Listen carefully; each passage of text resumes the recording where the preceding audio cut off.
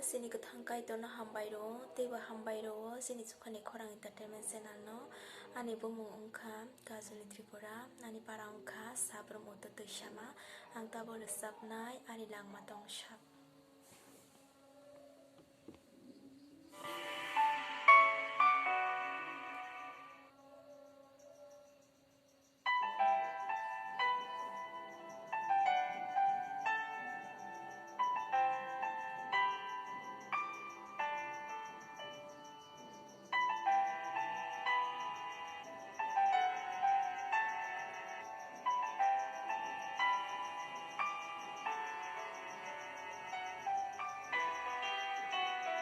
ani langma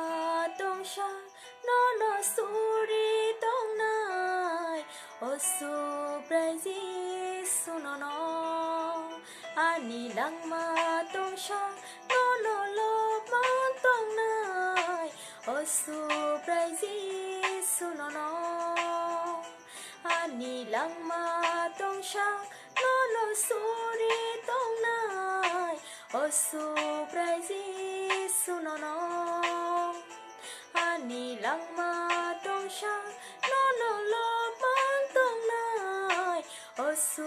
praise suno no hallelujah hallelujah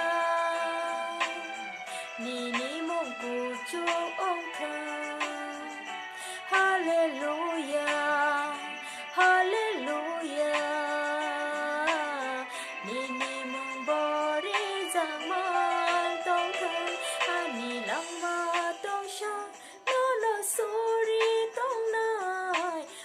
su praise suno no ani langma tong sha no no lo man tong nai o su praise suno no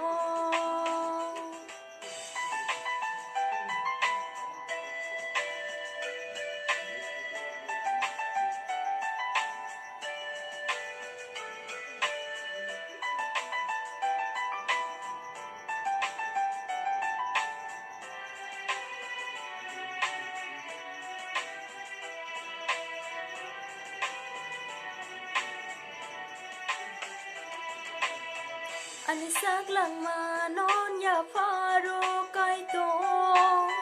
nini mo chung tui khi tong ma na ni ani sak langma non ya faro kai to nini mo chung tui khi tong ma na ni ham za gu no no o jisu no no ham za gu no no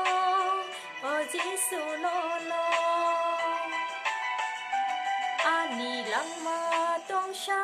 no no suri tong nai o su praise suno no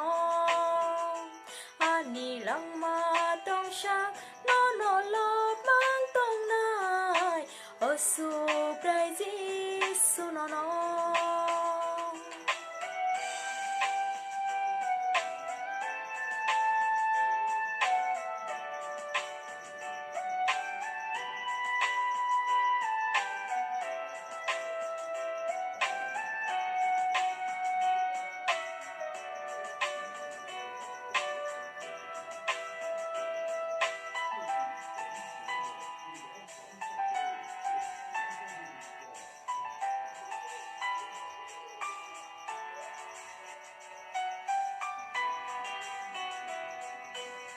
bebak no nin